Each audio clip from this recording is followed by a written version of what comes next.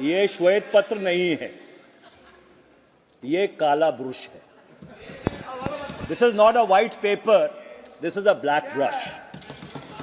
और माननीय वित्त मंत्री जी की जो उत्तेजना है उसको पूरी तरह से प्रमाणित करती है। भारत का इतिहास, रविशंकर जी बैठ जाइए, अब सुनने की क्षमता रखिए, अब सुनने की क्षमता रखिए, बैठ जाइए। अरे ऐसे बीच में खड़े हो जाते हैं आप। अध्यक्ष जी, भारत का इतिहास 2014 में शुरू नहीं हुआ था। भारत का इतिहास वर्षों और दशकों पुराना इतिहास है। और अगर आप श्वेत पत्र लाना चाहते तो आपको श्वेत पत्र जुलाई 2014 में लेके आना था। मैं समझ सकता था कि आप श्वेत पत्र फरवरी 2015 में लाते, पर फरवरी और 2024 में श्वेत पत्र लाने का सिर्फ एक राजनीतिक उद्देश्य है। This is a political manifesto, this is not a white paper. मैं 2004 में जब यूपीए की सरकार बनी, जिसका नेतृत्व प्रधानमंत्री डॉक्टर मनमोहन सिंह जी और यूपीए की चेयरपर्सन श्रीमती सोनिया गांधी जी कर रहे थे, हमने ऐसे मूलभूत सुधार किए जिससे इस देश की जो नींव है, आर्थिक, सामाजिक, राजनीतिक नींव को हम लोगों ने मजबूत किया। सबसे पहला आरटीआई का कानून, सूचना का अधिकार, 130 करोड़ लोगों को सूचना का अधिकार दिया कि 10 रुपए की अर्जी देके आप नो ट्रांसलेशन 10 रुपए की अर्जी देके आप ब्लॉक से लेके राष्ट्रीय स्तर तक किसी भी सरकार से कोई भी सूचना मांग सकते थे। मैं दुर्भाग्यपूर्ण बात है और खेद के साथ यह बात कह रहा हूं कि 2014 से लेकर 2024 तक उस सूचना के अधिकार के किस तरह से परकच्छे उड़े, यह कहानी सबको मालूम है।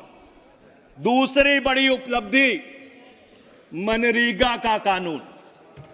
2005 में जब यूपीए की सरकार मनरेगा का कानून लेके आई और हमने कानूनी तौर पर यह सुनिश्चित किया कि 100 दिन जिसको काम चाहिए उसको काम मिलेगा। मैं आपसे यह बात पूछना चाहता हूं, 2014 से लेकर 2024 तक आपने उस 100 के 101 दिन क्यों नहीं किए?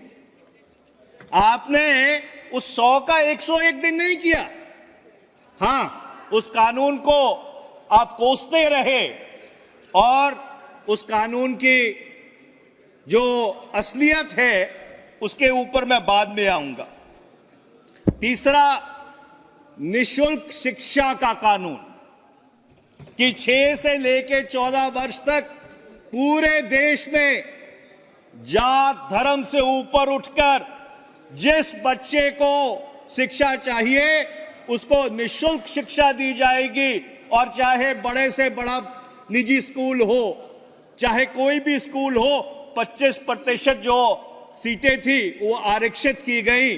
जो इकोनॉमिकली वीकर सेक्शन, आर्थिक रूप से जो कमजोर परिवारों से आते थे।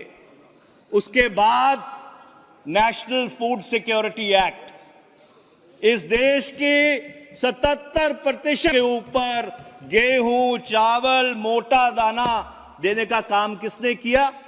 यूपीए की सरकार ने किया।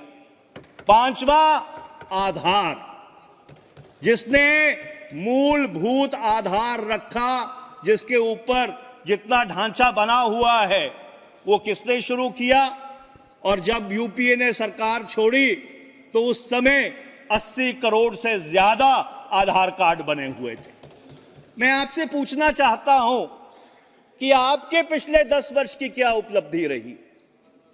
क्या अगर आप नोटबंदी को उपलब्धि मानते हैं तो मैं आपके विवेक पे छोड़ता हूं।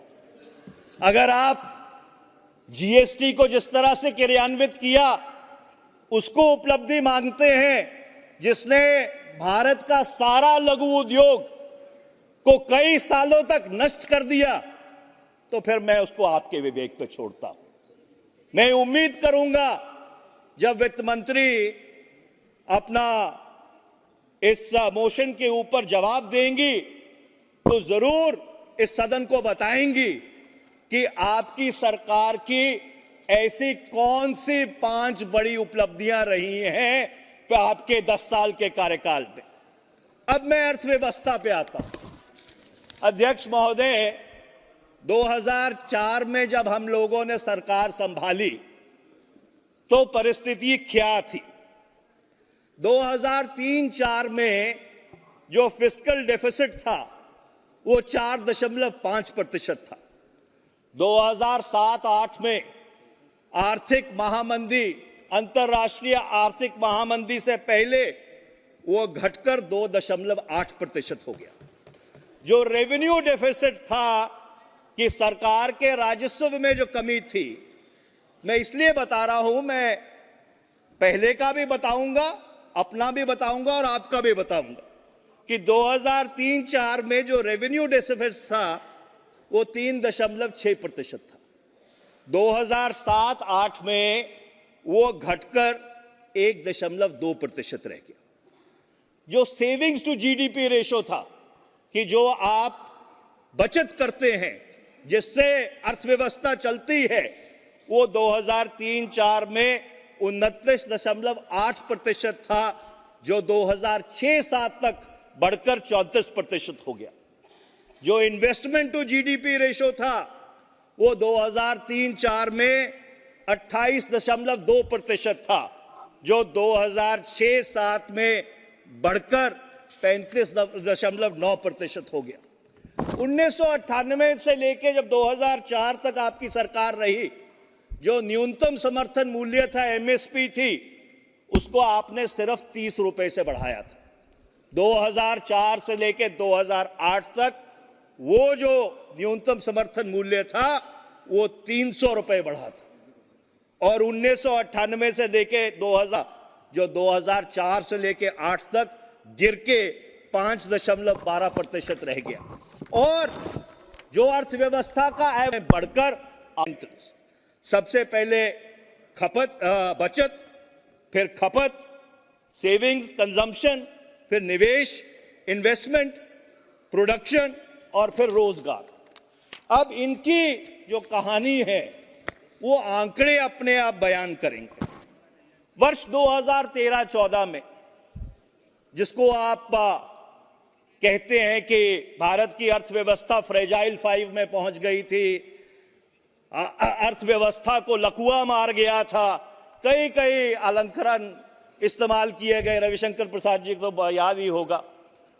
अब उसकी असलियत क्या है? 2013 में जो सेविंग्स टू जीडीपी रेशो था वो 34% था।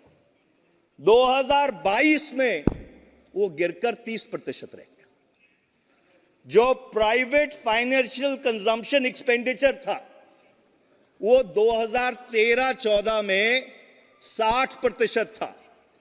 2023-24 में वो गिर के 56.9% रह गया।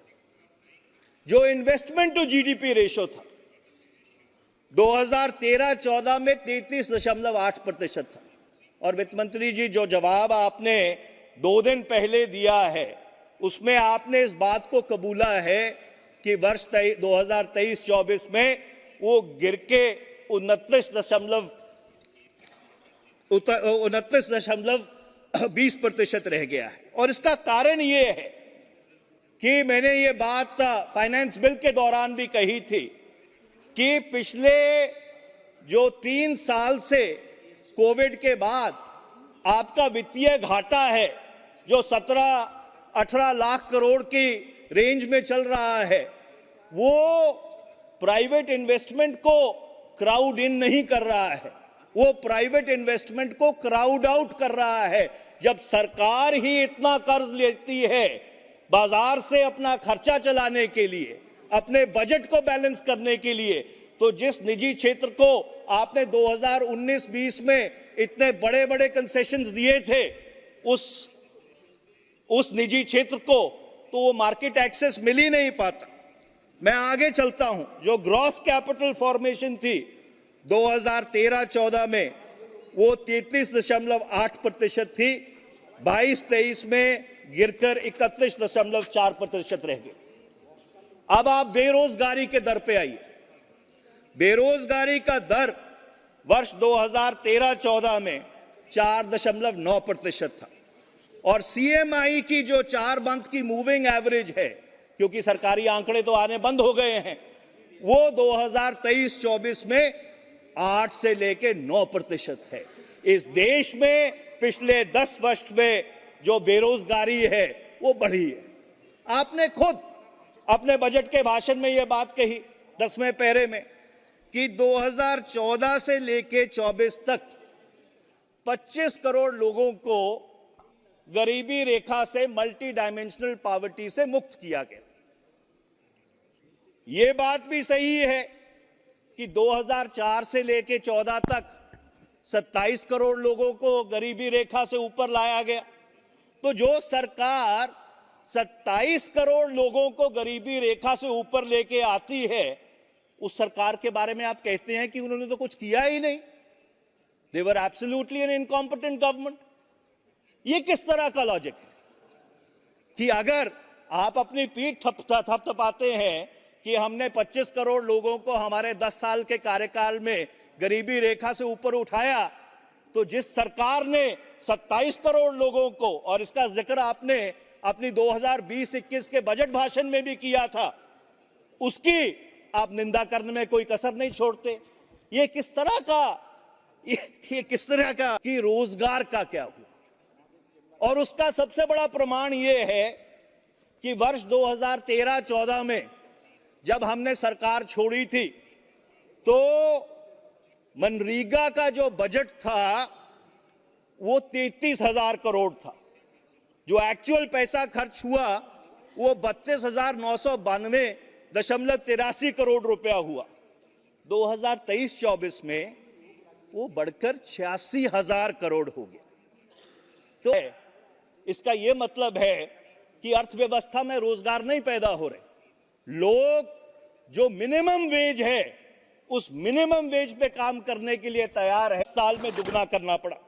आगे मैं प्रमाण देता हूं, 2014-15 में 16,572.1 लाख परसेंटेज मनरेगा में क्रिएट हुए। 2022-23 में वो बढ़कर 29,564.15 लाख परसेंटेज हो गए। मतलब जितने लोगों ने मनरेगा में काम ढूंढा उनकी गिनती दोबारा दोगुनी हो गई। तो अगर अर्थव्यवस्था में रोजगार के साधन थे तो लोग जाकर मनरेगा के तहत मिनिमम वेज पे काम करने के लिए तैयार नहीं होते। आपको यूपीए का धन्यवाद करना चाहिए कि जिस स्कीम को आप कहते थे कि ये गड्ढे खोदने और गड्ढे बढ़ने की स्कीम है, इसी स्कीम ने आपको पिछले 10 साल में बचाया है, नहीं तो इस देश में अराजकता होती। अब आप सुनने की धैर्य रखिए। मैं जब आप बोलती हैं तो मैं कभी बीच में नहीं बोलता हूं, तो धैर्य रखिए। अब जो बीच में नहीं बोलता अध्यक्ष जी, मैं किसी के 5 साल में किसी के बीच नहीं बोला हूं। जो महंगाई दर था 2013-14 में वो 5.3% था। 2023-24 में वो बढ़कर 5.4% हो गया है। और आप कहती हैं कि हमारे जमाने में महंगाई बहुत थी और आपने अपने महंगाई के ऊपर नियंत्रण रखा है। पर हां, आपकी एक उपलब्धि मैं जरूर गिनाना चाहूंगा कि वर्ष 2013-14 में जो भारत की अर्थव्यवस्था थी वो $2.05 ट्रिलियन की थी। तो $2.05 ट्रिलियन इकोनॉमी। जो भारत सरकार का कर्जा था वो 55,087 55,87,149.33 लाख करोड़ था। वर्ष 2024 में वो अर्थव्यवस्था 3.75 ट्रिलियन की हो गई, पर जो कर्जा है भारत सरकार का वो 3 गुना बढ़ गया। And the total debt and liabilities of the government on 31st of March 2024 is 168,72,554.16 lakh crores। मतलब 10 साल में आपने 112,85,394.83 करोड़ का कर्जा पिछले 10 साल में लिया है। इसका यह मतलब है कि जो ज्यादा कर्जा लिया है, और उसका सबसे बड़ा प्रमाण यह है कि आपके बजट को जब आप ब्रेक डाउन करें, जो आप ही के आंकड़े हैं बाय द रूपी, तो जो सबसे बड़ा उसका कंपोनेंट है 28 पैसे का वो बोरोइंग्स है, और जो सबसे बड़ा आउटगो है 20 पैसे का वो आपकी क्या कहते हैं ब्याज की पेमेंट्स है, इंटरेस्ट पेमेंट्स है। तो ये जरूर आपकी उपलब्धि है कि भाई भारत के ऊपर आपने पिछले 10 वर्ष में 112,85,394.83 करोड़ का कर्जा बढ़ा दिया। अब मैं जीडीपी के ग्रोथ रेट पे आता हूं। वर्ष 2005 से लेकर 14 तक भारत की जो अर्थव्यवस्था थी क्यूमुलेटिवली वो 6.8% से बढ़ी, और 2015 से लेकर 2024 तक वो अर्थव्यवस्था 5.9% से बढ़ी। और आप ये कहती हैं कि हमने अर्थव्यवस्था का सत्यानाश कर दिया, हमने अर्थव्यवस्था बर्बाद कर दी, हमने सारे बैंक लूट लिए। तो अगर ये सारी बात सही है वित्त मंत्री जी, तो ऐसा क्यों है कि जो हमारे 10 साल का कार्यकाल था उसमें अर्थव्यवस्था आपके 10 साल के कार्यकाल से ज्यादा बढ़ी? और ये दोनों जो आंकड़े हैं 2011-12 की प्राइसेस के ऊपर है, इसमें फर्क नहीं है कि 2004-5 की प्राइसेस के ऊपर कोई आंकड़ा है और 2011-12 की प्राइसेस के ऊपर कुछ आंकड़ा है। अब मैं आता हूं डॉलर के ऊपर। आप भी प्रवक्ता थी भारतीय जनता पार्टी की, मुझे याद है कि डॉलर के बारे में बहुत बात हुआ करती थी। जब भी डॉलर ऊपर जाता था तो उसकी तुलना प्रधानमंत्री की उम्र से की जाती थी। जब हमने 26 मई 2014 को सरकार छोड़ी तो $1 58 रुपए 65 पैसे का था। 4 फरवरी 2024 को वो डॉलर 82.93 पैसे का है। तो उस समय तो डॉलर के ऊपर बहुत उत्तेजना होती थी, बड़ी बड़ी बहस होती थी रोज टेलीविजन के ऊपर। ये कहा जाता था कि डॉलर प्रधानमंत्री की उम्र से तेजी से बढ़ रहा है। आज क्या हुआ? मैं उन शब्दों का प्रयोग नहीं करना चाहता, मैं कभी किसी चर्चा का स्तर नहीं गिराता, पर आपको इस बारे में सोचना चाहिए कि वो आप तब बोलती थी और जब आज जो परिस्थिति है उसके बारे में आप क्या कहना चाहती हैं। अभी मैं आगे आता हूं। पिछले 10 वर्ष में अंतर्राष्ट्रीय बाजार में पेट्रोल और डीजल की कीमत गिरती रही, कच्चे तेल की कीमत गिरती रही, और मैंने कल भी यह बात कही थी कि जो आपकी ऑयल और गैस इंपोर्ट डिपेंडेंसी वो बढ़ती रही। 87.5% है इस साल के पहले 9 महीनों में, पर अंतर्राष्ट्रीय बाजार में कच्चे तेल की कीमत गिरती रही, यहां पेट्रोल और डीजल की कीमत बढ़ती रही। 2014 में 410 रुपए का सिलेंडर था, आज 903 रुपए का सिलेंडर है, 120% बढ़ा है। पेट्रोल 2014 में 71 रुपए पर लीटर था, आज 97 रुपए पर लीटर है, 37% बढ़ा है। डीजल 55 रुपए लीटर था, आज 90 रुपए लीटर है, 64% बढ़ा है। मस्टर्ड ऑयल, आपके सरसों का तेल 90 रुपए किलो था, आज 143 रुपए किलो है, 60% बढ़ा है। आटा 22 रुपए किलो था, आज 35 रुपए किलो है, 60% बढ़ा है। दूध 35 रुपए का लीटर था, आज 60 रुपए लीटर है, 71% बढ़ा है। और आप ये कहती हैं कि हमने अर्थव्यवस्था के परकच्छे उड़ा दिए। अगर आप इन सब आंकड़ों को संज्ञान में ले तो पिछले 10 वर्ष में महंगाई ने आम आदमी की कमर तोड़ दी है। मुझे याद है सुषमा स्वराज जी यहां बैठती थी जब नेता प्रतिपक्ष होती थी, तो वह कहा करती थी कि गृहिणी के आंसू बह रहे हैं। आज सही रूप में गृहिणी के आंसू बह रहे हैं। और आखिर में मैं एक बात कहना चाहता हूं, आपने 10 वर्ष से phone banking phone banking phone banking phone banking की बात की। आप तो एक बहुत पढ़ी लिखी अर्थशास्त्री हैं, आपको यह बात मालूम है कि किसी भी लोन को सैंक्शन करने से पहले उसका जो चीफ जनरल मैनेजर है वो ड्यू डिलिजेंस सर्टिफिकेट साइन करता है। उसके बाद उसका बोर्ड ऑफ डायरेक्टर्स उसको अप्रूव करता है। मैं आपको यह पूछना चाहता हूं कि आप फोन बैंकिंग की बात करती हैं, पिछले 10 वर्ष में आपने किसके खिलाफ एक्शन लिया? कौन से चीफ जनरल मैनेजर के खिलाफ एक्शन लिया? कौन से बोर्ड ऑफ डायरेक्टर्स के खिलाफ एक्शन लिया?